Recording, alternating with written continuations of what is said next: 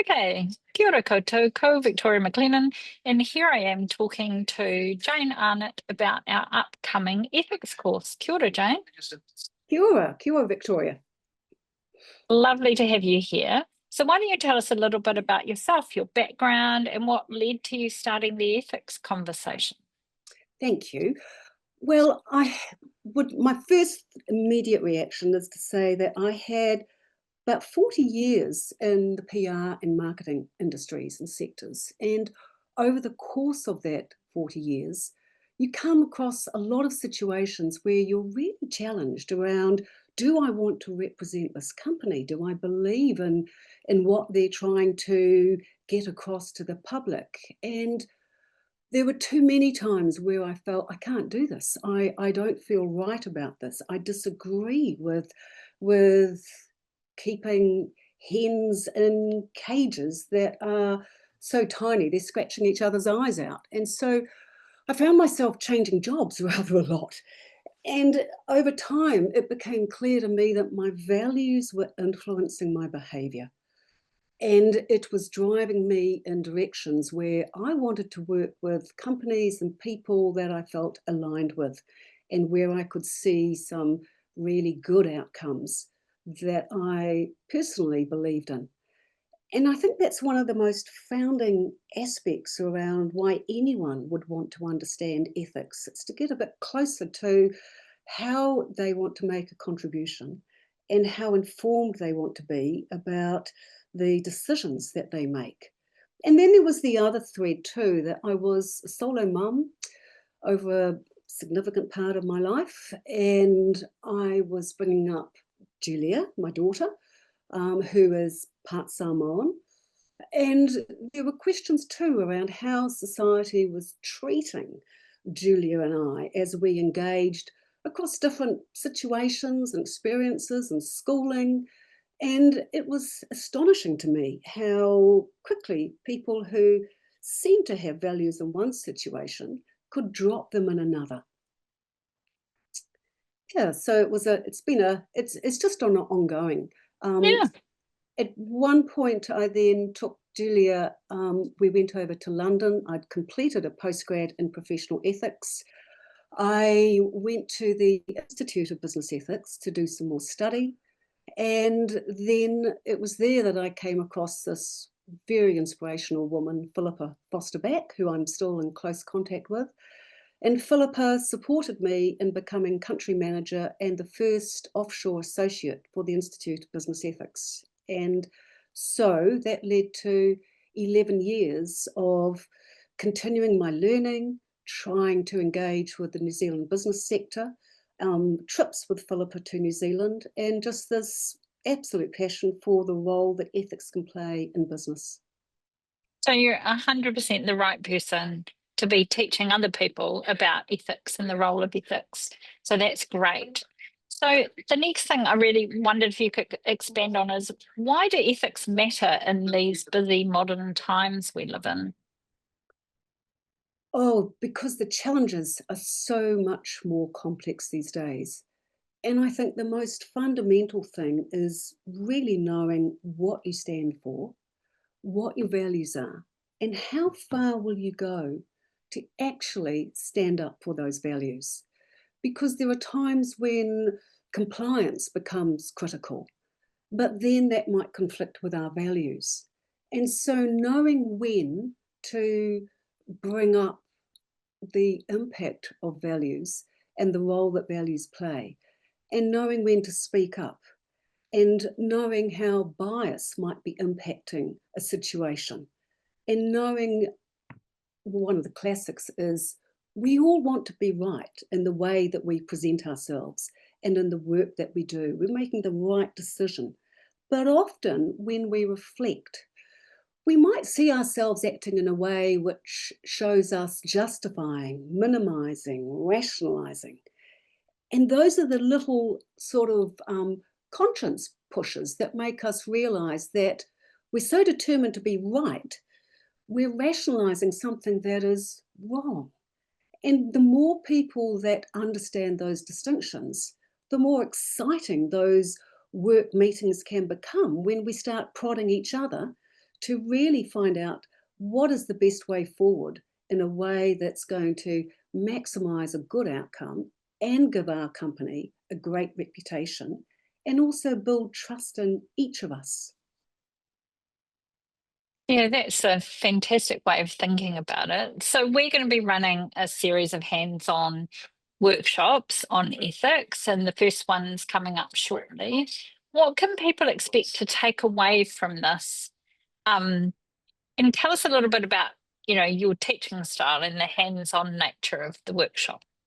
Well, the first thing I'll say is that my workshops are all Chatham House rule, and that's because I talk a lot, I've been around a lot, I can give loads of examples, but it probably wouldn't help if all of my examples were spoken about when I'm naming people and companies that I've experienced with. So they're very honest workshops. I will help people to apply an ethical decision-making model. I'll talk a lot about speaking up. I'll talk a lot about how do we embed values? How do we demonstrate leadership behaviours? How does a company navigate situations where they have to weigh up what a client wants with what is responsible and ethical? And that leads into, we've got a massive growth now in ethical and responsible investment. So how do we maintain that trust?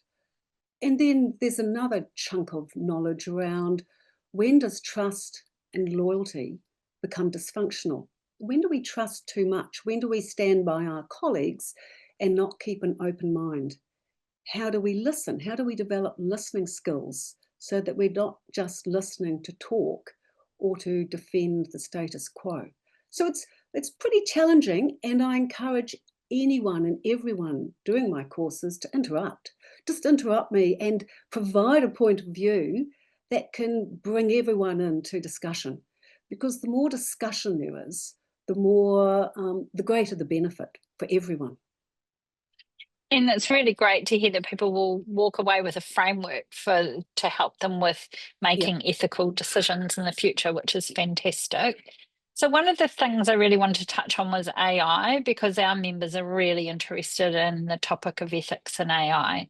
So you're going to be sharing some insights into the complex world of ethics and AI in Oh, this yes. as well. Yes. Yes. So I've recently completed another micro credential on ethics and AI, and I'm now part of the AI forum, which is it's just a never-ending learning curve. And as the UK government has said, AI is being mainlined into society. We have no choice; it's everywhere. But there are massive needs now for what I call, or what is well known as, guardrails and guidelines. How do we keep that human aspect in touch with all the data, and the data that's being applied, um, scraped, the risk of hallucination, the risk of bias, the risk of copyright threats. There's every day there are news items coming out. I think the BBC is now taking on a major company around its scraping of information from the BBC database and accusing it of really being unethical in the way that knowledge is being scraped. So we have so many benefits coming from AI, massive productivity boosts, massive efficiencies, and particularly in areas where it's pretty black and white, dealing with numbers, being able to trawl through a forensic accounting and to find out patterns that show fraud.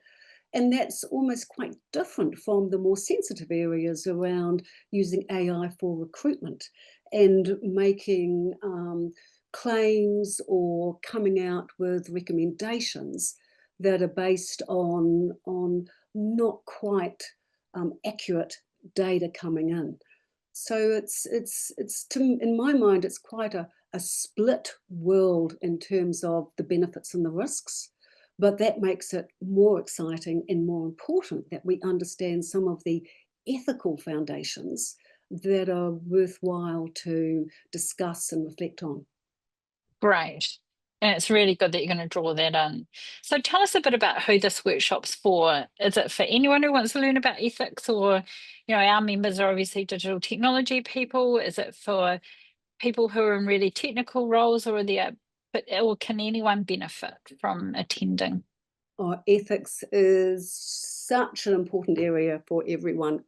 I think that whether you are in top tier and you're looking for those insights into leadership, embedding a speak up program, or whether you're just wanting to get on well with your colleagues, whether you're wanting to build more effective relationships with your clients, whether you want to have another look at how you parent your teenagers. I mean, it really is an area where understanding where values play a part.